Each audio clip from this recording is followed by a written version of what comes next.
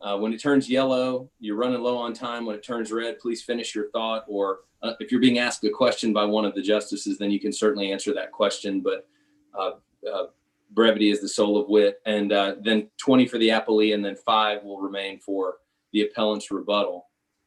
Does anybody have any questions? Just to clarify, I think traditionally it's 15 minutes with the 5 minutes rebuttal. Am I getting 25 minutes total time? You're getting 20 minutes total time. Thank you, Your Honor. Sure, sure. Okay, both sides present, ready then? Yes, Your Honor. Yes, Your Honor. Well, then we'll call the case 0519012229CV, Kaylee Merrill versus Mitchell Curry, Melinda Day Felice, and Tamara Griffin. Appellant, you may proceed. Justices, may it please the court. My name is Nicholas Mosser. I represent Kaylee Merrill. Ms. Merrill is a victim of several different bad actors. The first and foremost being her ex-fiance, who disseminated images and emailed these images to the school, to the various school district employees.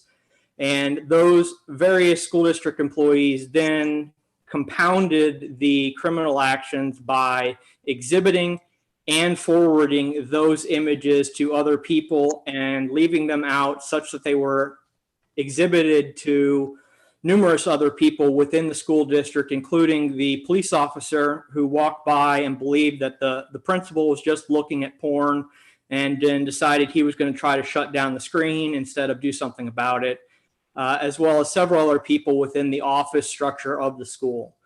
The overarching policy issue that I think frames the issue for the entirety of this argument is there are numerous reasons why women or other victims of sexual assault, sexual misconduct, and these types of non-consensual pornography do not come forward, do not try to seek redress from the court systems or the police officers or anybody else. And that's because there's fear of retribution, there's fear of retaliation. There's now a fear that somehow the trial courts will enter a judgment against them and claim that they're trying to protect the constitutional rights of those bad actors. And this case demonstrates that people who are victims of those types of felonies should be afraid, because right now the victim of several different felonies has a judgment against her for trying to vindicate her rights and protect herself against the unlawful distribution and exhibition of these types of images. And I think that kind of sets the tone for the policy behind what the Texas Citizens Participation Act is and why the result of the trial court simply cannot stand. The Texas Citizens Participation Act is, by its very definition provided in the statute, designed to protect the constitutional rights of the parties to speak freely, petition, associate freely, and otherwise participate in government to the maximum extent permitted by law. That is the provided statutory purpose of the act. These communications simply don't fall into the protection of the act when you look at that stated purpose combined with the definitions provided by the act. I did file a demonstrative, which is also 90 and 91 on the record. And that demonstrative is the email chain that forms the basis of the majority of the claims that the TCPA applies. Those emails are from, the original email is from Miss Merrill's ex-fiance. It's not from anybody's mother. It's from her ex-fiance, who's currently in jail for one of those felonies. That email was then sent to several people within the school district who, without adding any word of caution or suggestion that an investigation was taking place, or any suggestion that, hey, we need to look into this, or hey, we need to determine if she has lost her effectiveness as a teacher, or hey, we need to be worried about the students, they simply forwarded along gossip and these non-consensual pornography images. There is absolutely no information that they ever attempted to investigate within their own documents. The only time the investigation ever came up as part of the reason why they were forwarding these emails was long after those emails were sent.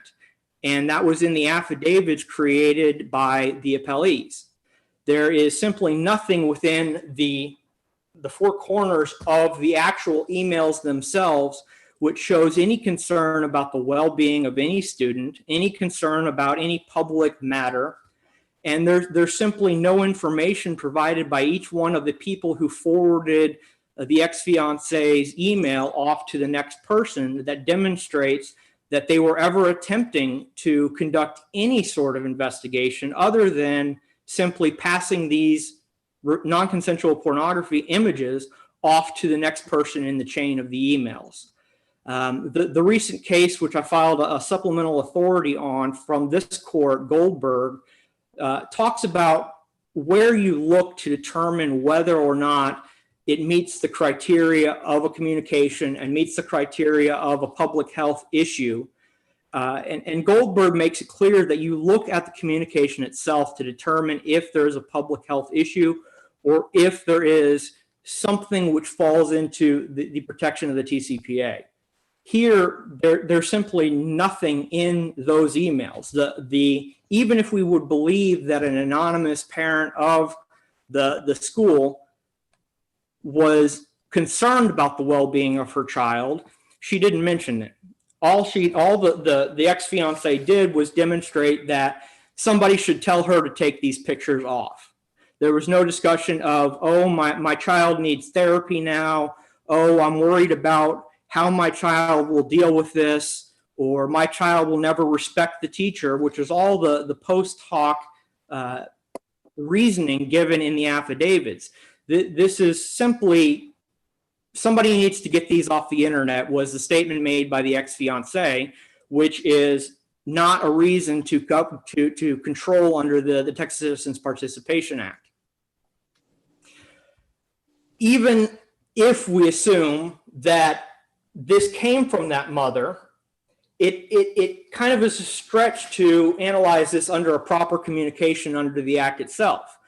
It's not submitting the email to a higher authority for judgment like you would a court. It's not submitting a document to a court like the right to participation or the right to petition would seem to require. It is simply passing along these purely private photos off to the next person without any word of warning or any word of analysis. And if the court would also look at a couple other pieces of the record, in the evidence provided by the school district employees, it demonstrates that there were no public images. And it also demonstrates that it would be highly unlikely for Ms. Merrill to have ever produced these images herself or ever posted these images herself for anybody in the public to view. And one of those is on page 94 of the record, which is a screen grab of the Flickr site, which purportedly showed the images. And there's two things in that posting which demonstrates that it did not come from Ms. Merrill and no images were public. The first is there's clear grammatical errors that I would truly hope that a principal would not believe that an English teacher would have made. And on top of that, it plainly states that there are no public images, or Ms. Merrill has made no images of these public. So however the ex-fiance transmitted these images to them, it's simply not the making or submitting of a communication to someone such that it would be governed by the act. The other thing that kind of comes up is within the communication after Ms. Merrill asked for a grievance committee to review these, and that's on, I believe, page 453 of the record. It's an email communication talking about what Mr. Curry talked to Ms. Merrill about. And he didn't say, we've conducted an investigation and we're going to give you the opportunity for a further investigation. He threatened her by saying, you can either resign or we will conduct an investigation. There's no indication that any of the emails fall into investigatory or otherwise something that might be covered by any of the immunity statutes that have been kind of discussed in this case. It's merely passing along the information to other people within the school district. And the other thing that kind of demonstrates that the exhibition of those images is also not protected is those images are criminal, subject to prosecution. One of the people involved has already been prosecuted, and several people within the record have acknowledged they saw this and just thought the principal was looking at porn and didn't do anything about it, including the police officer in the school district, which acknowledged that he saw the principal looking at these things, thought it was porn or thought it was something he should not be looking at, went in to turn the computer monitor off rather than do anything about it, and the computer monitor went to sleep after a period of time. So he had left it on long enough such that the images were there for numerous people to see, and the record contains several citations to where various people within the office saw these images. There have been several courts, including the Dallas Court of Appeals, which has kind of talked about the notion that we're not going to protect tortious conduct from the act, even though the act doesn't expressly say tortious conduct is not protected. This court has kind of raised the issue of criminal conduct with theft of trade secrets or theft of certain materials, but it's not actually addressed something along this lines. And to my knowledge, nobody in the state of Texas has ever addressed whether or not criminal activity or criminal speech is ever going to be protected under the act. So there's a dispute among, apologies, I get dry mouth every now and then, but there's a dispute among the several district courts of appeals that kind of talk about the notion of where in the three-step analysis we should be making the decision. It does seem like most of the analysis focuses on the prima facie evidence to each element of the causes of action, and that's where you kind of put the tortious conduct as well as the criminal conduct rather than the movement's burden to demonstrate the act applies.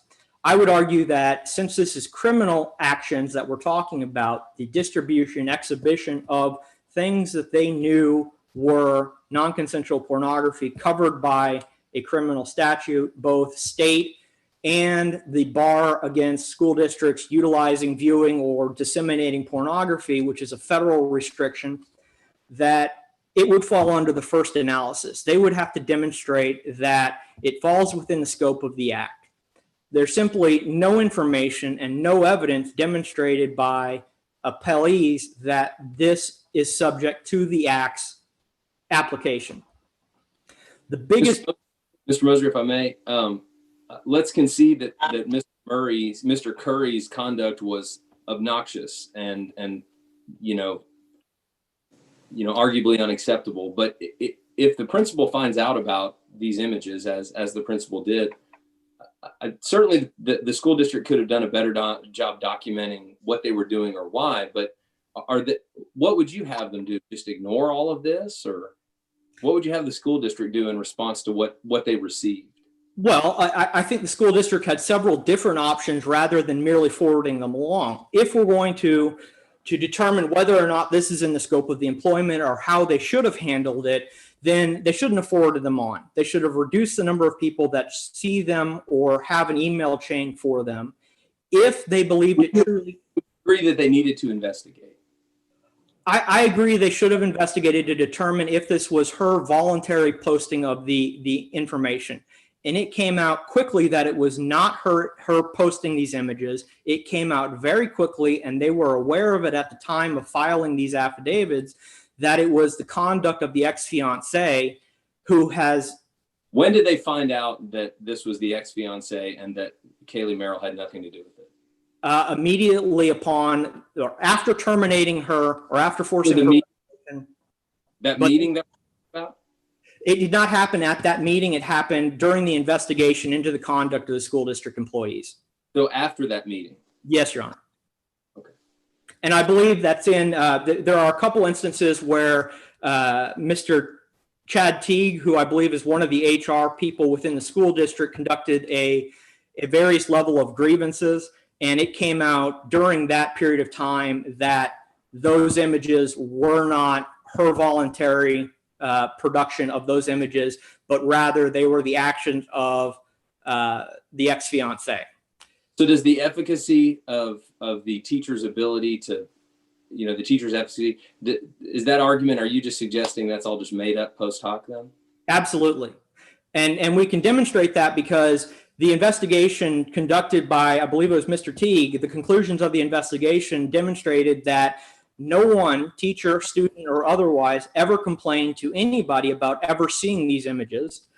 No mother ever found these on her kid's cell phone, and no one complained to either CPS, the McKinney Police Department, or the school district about these images.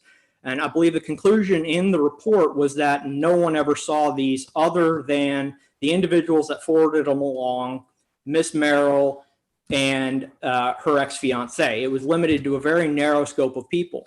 But even if students have actually seen these, even if we're going to believe that this came from a mother, the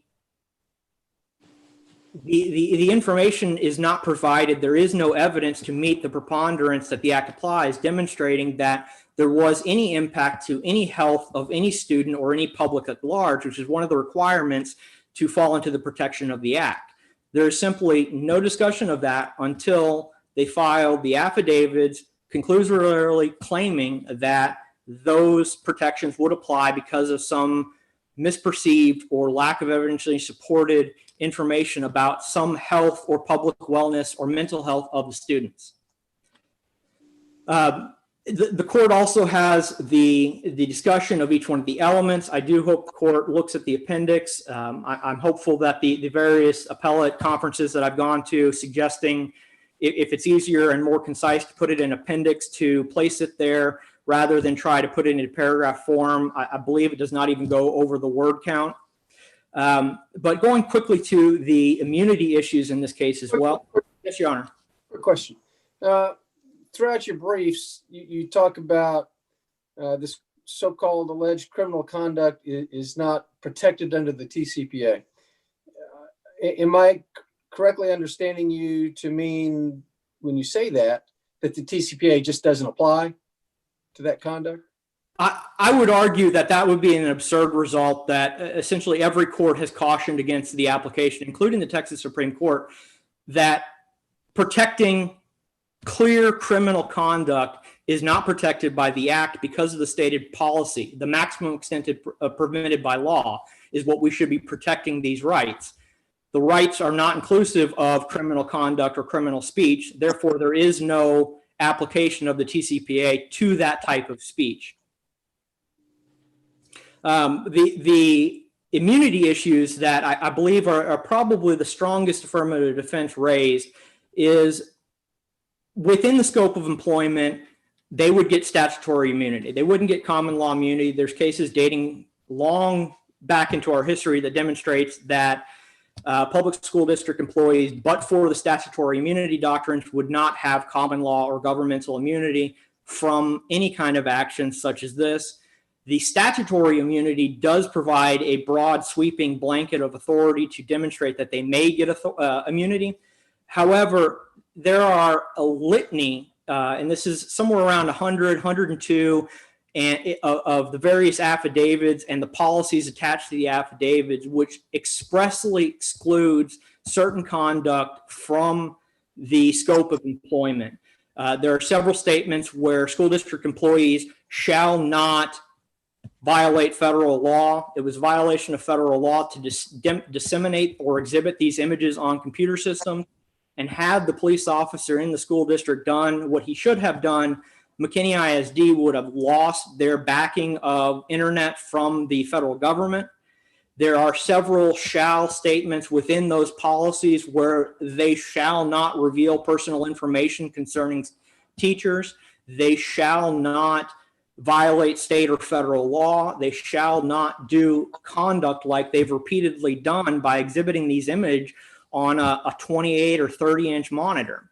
There are numerous exclusions of the scope of employment. And if we look at, frankly, the restatement of agencies talk about these types of analysis, when an exclusion it occurs within a policy or within a guideline or a handbook or even a law, then it's excluded from the scope of employment. And following that natural evolution, there is no immunity. Some of the cases that have specifically talked about it have come from Houston rather than this Court of Appeals, but they're directly on point. And this is Whitesell v. Newsom. And in that case, they discussed where a school district employee violates a mandatory rule or a mandatory policy, then they are afforded no immunity under the Act. I see I am running low on time. I would like to just bring up the 91A motion just really quickly. The 91A motion was granted during I believe it was the second amended petition was the live complaint.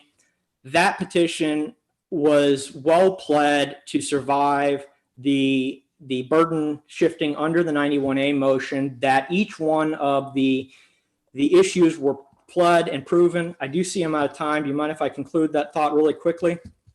Real quick. The 91A motion was properly decided. However, the court executed the judgment prior to allowing us to present the attorney's fees. The court should not allow this criminal conduct to proceed, and we should be awarded attorney's fees in reversing of the anti-SLAPP motion. Thank you. Thank you, Judge. Mr. Crawford? Thank you. May it please the court. We have three primary issues on appeal in this case. One, whether the trial court erred in granting the defendant's TCPA motion to dismiss. It didn't. Two, whether the trial court erred in denying the defendant's Rule 91A motion to dismiss in whole or in part. It did. And three, whether the trial court erred in its award of attorney's fees under Rule 91A. It did. Do we have jurisdiction over the 91A issue? I believe you do, Your Honor. Okay. The ask is 51.014 allows for an interlocutory appeal of the TCPA decision. Upon what do you base your belief that we may at this time deal with the 91A issue? Sure, Your Honor. We have a final judgment that was entered by the trial court that the appellant timely appealed. That final judgment, the prior interlocutory orders merged into the final judgment, which the prior interlocutory order was the Rule 91A order. And therefore, that merged into the final judgment, which was September 17th. Okay. And that became final. And then the trial court, despite requests from the appellant, decided not to modify its judgment within its plenary power to do so and let the judgment stand as is without the award of the Rule 91A attorney's fees. And to skip ahead in the argument, just since we're on the topic, it's our position on the appeal that the trial court, one of Ms. Merrill's issues is whether the trial court erred in not incorporating her Rule 91A fees into the final judgment. And our position is at the time that the final judgment was entered, in which the prior order had merged into, there was no proof of any amount of attorney's fees, despite the court's order for the appellant to submit that proof at the time the final judgment was entered. And therefore, it was not error for the trial court to enter a final judgment without those fees, because there was no evidence of those fees at the time of final judgment, despite the court ordering the appellant to submit those fees. And so we believe that was not an error by the court. What was the deadline the trial court imposed for submitting that evidence? The trial court did not put a deadline in the 91A order. It did put a deadline in the TCPA fees order. That deadline was met. The appellant still had not filed her attorney's fees. And so at the time of the final judgment, the appellant had almost a month to submit that submission, had not. And I'm assuming the trial court decided that he wasn't going to wait any further for his order to be complied with, and entered a final judgment consistent with the evidence on file. So there was no deadline as to 91A fees? Not in the order itself. That's correct, Your Honor. All right. Mr. Crawford? Yes, Your Honor. So the trial court did enter an order granting the 91A fees while it still had plenary jurisdiction, right? That's correct. So why didn't that order amend the judgment? Well, for one reason, it didn't purport to amend the judgment. It was entered after a final judgment. And then more to the point, the trial court was asked by the appellant to modify the judgment to include that order and those fees, and the trial court declined to do so. So for whatever the reason the trial court decided to do that, the trial court was presented with an opportunity to modify the judgment to include the post-judgment order and declined to do so. And since the final judgment recites that it's a final judgment, doesn't include award of those fees, it hasn't been modified. That's the final judgment for which the appeal runs.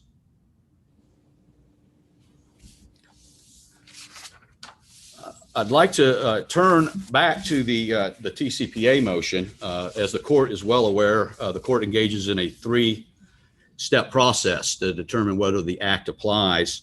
The first is, does it apply? And in this case, it does. The second step is...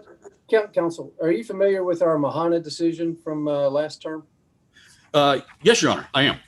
If that's the opinion of our court, how does that not dispose of the TCPA issue in this case? Well, for first of all, I don't believe it involved these facts. It did not deal with a matter. No, it involved a nurse anesthetist allegedly being on drugs while administering drugs to her patients. Sure. And here, Your Honor, the communication itself, for which the act is predicated on, reads that the text messages were from other kids who were talking about a teacher at Scott Johnson Middle School who had posted some nude pictures of herself. I'm not sure how many of the kids have already seen these pictures. Please tell the teacher to get these pictures off the internet. That certainly concerns is at least tangentially related to the public concern of the mental health and well-being of our public school students, specifically that they shouldn't be exposed to pornographic or obscene materials. Some issues like this are just inherently matters of public concern. And this was sent to the principal of the school, who then forwarded it to his boss, who was also the teacher's boss, and she forwarded it to her boss because of the very concern that this email expressed, which was not present in the Mahana case, which was, we have a teacher that has posted nude photographs of herself on the internet that children at your school are viewing. And that is very much an issue of public concern for the principal. As Justice Peterson kind of alluded to in his questions before, what is a principal to do when he receives an email like that? Well, he follows what he does what he did. He follows it up the food chain. Miss Merrill admitted the photos were of her. She just said she didn't post them. And so unlike the Mahana case, we have a different communication, a different statement. And Justice Whitehill, as you'll recall in your en banc dissent, you made the point of whether a statement is true or false has no bearing on whether it implicates a matter of public concern. And so I think, I apologize. But I lost. But your point was well taken, and it's a correct point. And that is the truth or the falsity of the statement follows in the step 2 or 3 process, not whether it is a matter of public concern. As Mr. Mazur alluded to in his opening argument, there's a federal law that prohibits children from looking at pornography on the internet. It is a matter of public concern that our minors are exposed to this sort of material. That's what the communication in this case deals with.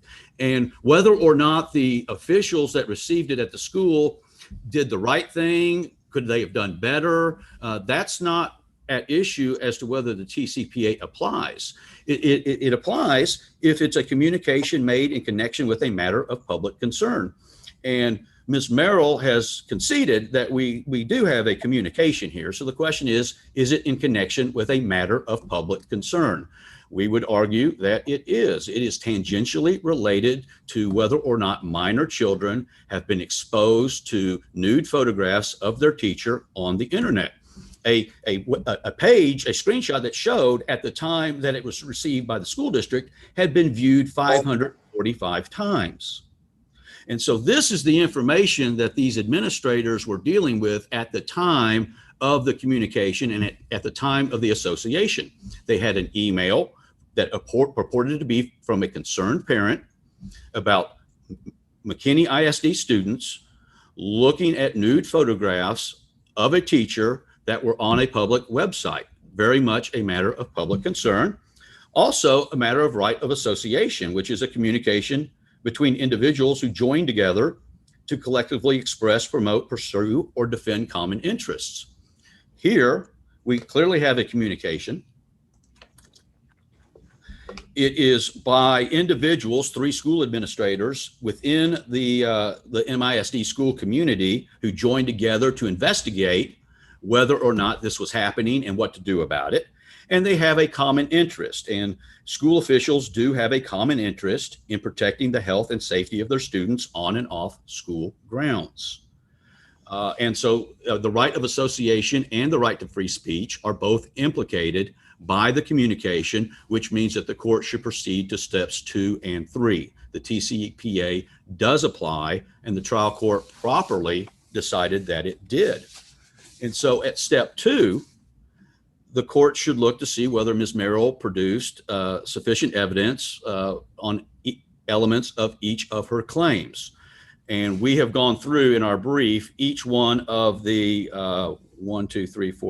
7 claims that she has made and have noted to the court the elements that are missing.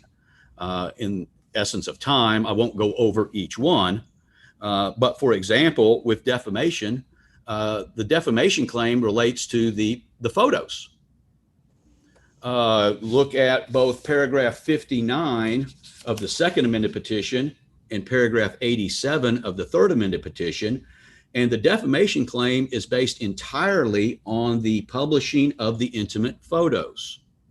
Those photos, Ms. Merrill admitted, were of her. They were taken by her. So the photos are true, in addition to the fact that the photos were displayed on October 16th, 2017, which is well more than a year prior to the filing of the lawsuit, which implicates step 3, which is the defense to defamation, which is limitations.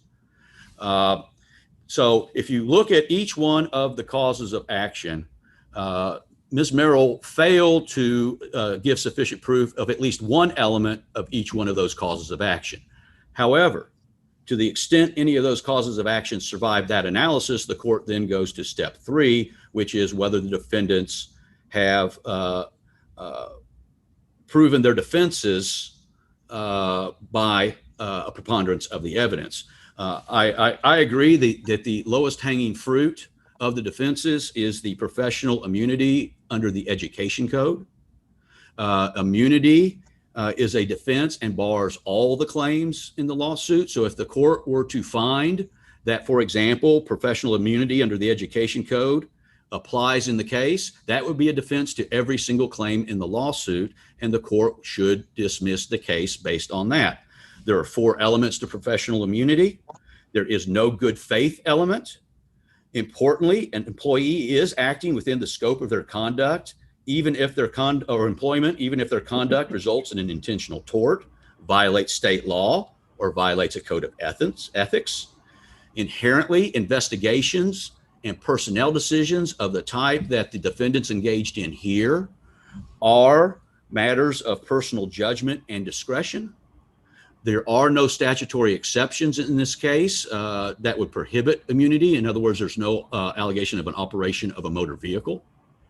And therefore, under step 3 of the analysis, immunity would eliminate any surviving claims, the claims that survived step 2. In addition, as I talked about, limitations would bar the defamation claim. Excuse is an element of the negligence per se claim. So one of the reasons why Ms. Merrill didn't survive step 2 is because she didn't have sufficient evidence that the statutes were violated without just excuse, which is an element for negligence per se, but it's also a defense. And so whether the court looks at it as a defense or an element, the defendants in this case did show the defense of excuse, namely that these are the administrators in a public school district that received the email that we talked about, that had a duty to investigate to see whether or not their teacher ought to have some sort of discipline taken against them, whether the students who may or may not have looked at the photos should have some sort of discipline taken against them, what to do. That is a personnel decision. It is an investigation. And that is their excuse for sending the email to each other. And let's be clear, the individuals here did not send just the photos. What they forwarded to each other in this small group was the email. The email itself provided a link to the flickr.com public website where you could access the photos. And again, that public website had been viewed 545 times before the defendants ever saw it. So these photos were out there in the public on the internet before these defendants ever saw them or displayed them to each other or distributed or exchanged them between each other. And that goes back to step 2, several of the causes of action, public disclosure of private fact, intrusion upon seclusion, all deal with the fact that this has to be private information before it's disclosed improperly. Here, this information was public. It was already on a publicly accessible website that had been viewed. Ms. Merrill has alleged intentional infliction of emotional distress. There are no allegations in the petitions that meet the high standard of the elements of that cause of action. And equally important, there is nothing in the petition that pleads facts or establishes that an alternative cause of action would not provide a remedy. And that's important because intentional infliction, Justice Whitehill, you're about to ask something? Well, I was going to say the Supreme Court opinion in Hurst versus Tatum is really sort of vague as to what standard we apply to determine if something is extreme and outrageous. And why shouldn't a jury figure out in this case whether what these defendants did was extreme and outrageous when they put these pictures, left them up in the public for shock value?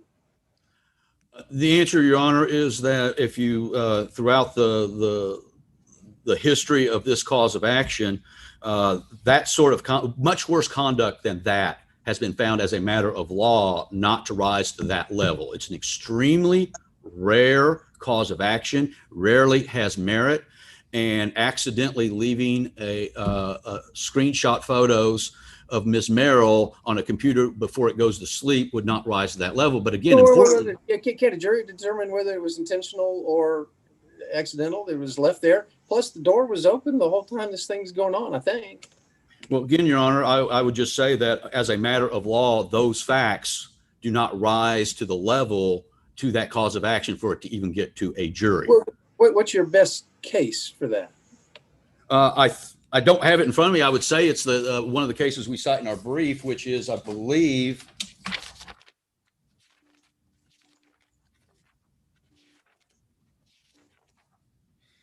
I would say the Hoffman-LaRoche versus Zoltwanger case, Your Honor. That's a Texas Supreme Court case from 2004, where it talks about the fact that where the gravamen of the conduct is another tort. I'm talking about the extreme and outrageous element. I think it would be within that. I think it would be within that opinion where it lists the elements and talks about how extremely rare that it is for any conduct to reach that level. And I think when you compare these facts to that standard, it just doesn't rise to a question of fact for a jury. It would be a proper summary judgment decision, which is somewhat the process that we have here under the TCPA. And again, importantly here, the petition does not establish any facts that would suggest that another alternative cause of action would provide a remedy for her, the distress that she suffered. And because of that, this cause of action just simply isn't available as a matter of law according to. Okay, so what are her best alternative causes of action that would provide her a remedy in this case and have been asserted in the petition? For example, all of the causes of action that she's already asserted, defamation. So those are viable causes of action. I'm sorry, Your Honor? So legally, those are viable causes of action. Well, the Supreme Court has said, or maybe it was the federal court in looking at what the Texas courts have done, has said that just because an alternative cause of action isn't ultimately successful does not mean that it is not a viable cause of action for purposes of this tort. No, theoretically, those are all viable. Yes, Your Honor. Theoretically, for example, had she timely filed her defamation claim, it might be viable. Now, I would argue that immunity is a bar to that, as it would be with intentional infliction of emotional distress, but those claims could be viable, and her petition pleads it that way. And so that's the important, I believe, concept for that particular cause of action is look at what her petition pled and look what it didn't plead. And she just, as a matter of law, that cause of action is just simply not available. Mr. Crawford, are you aware of any case law that says that she needed to plead that there was no alternative cause of action available to her to survive the 91A? Only other than the Supreme Court has said that when the gravamen of the complaint is another tort, intentional infliction is not available as a matter of law as a cause of action. So I think it would follow in turn that you would need to plead facts to show that so that it could be a viable cause of action. Okay, I just want to look at your motion to dismiss itself on this point. It just avers very generally without any specificity whatsoever that there are alternative causes of action. Is that sufficient under 91A to invoke the arguments you're making now? I believe it is, Your Honor. So we can just file a 91A and say, disregard the petition, that doesn't allege a valid cause of action, and that's sufficient under 91A purposes. If the petition does not allege facts that would support the cause of action, yes, Your Honor, I agree with that statement. Okay. Thank you very much. My red light has been on for a while, so I see what no time I have. Sure.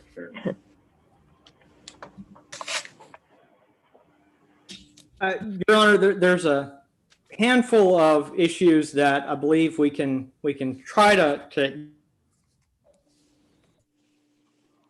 Yes, Your Honor. Sorry, you went mute for a second. I apologize. Gotcha. It seems No, it's okay. within it. Oh, hold on. Yeah. Can you hear me now, Your Judge? Yes, sir.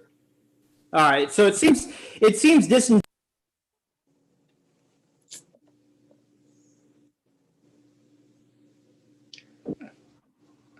I can hear you right now. Yeah, your mute is switching on and then, okay. Mm-mm.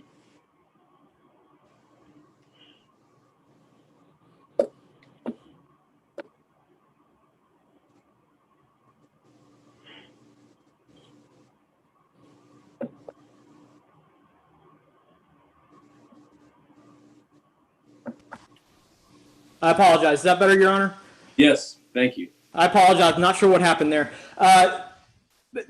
It seems disingenuous for opposing counsel to argue that the court had plenary power. I do not know if the response to our motion to modify the judgment is in the record.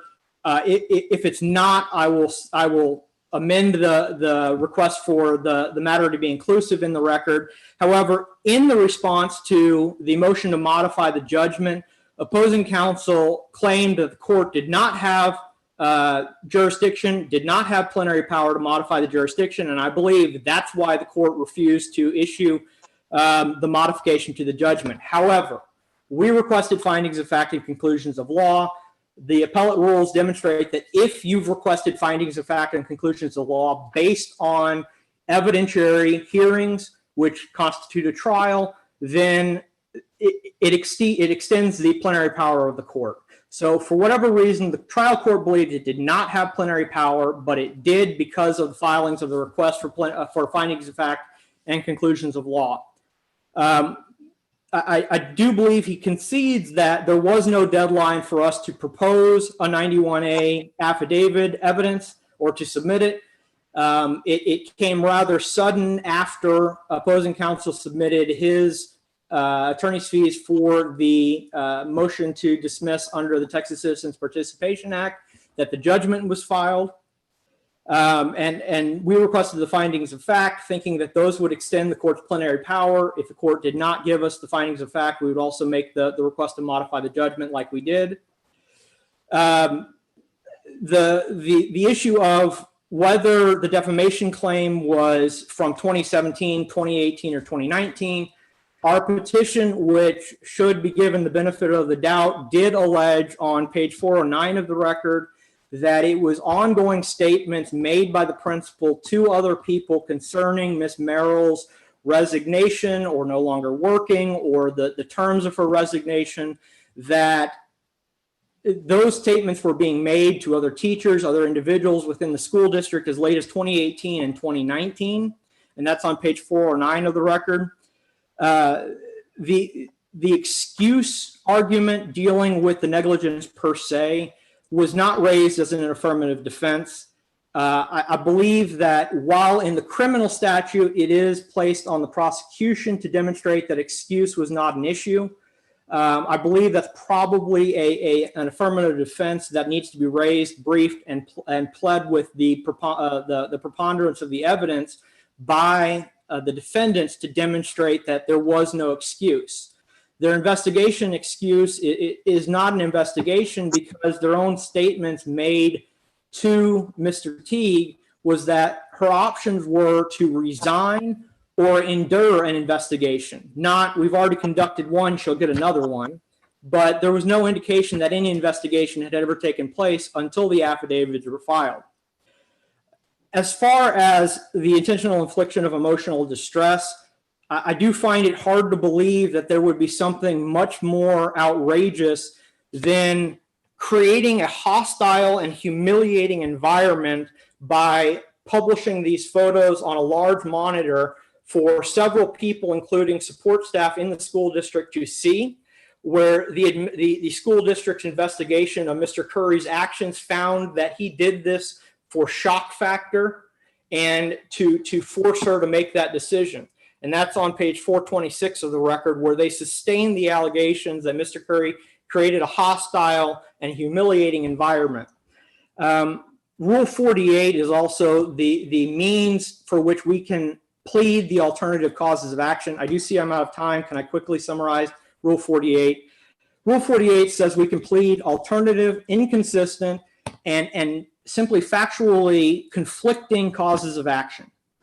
The gap filler tort is an election of remedies, not a bar to Rule 48. That is written into the rules, where Rule 48 allows us to plead different causes of action, and that gives us the opportunity to plead the gap filler torts of intentional infliction of emotional stress.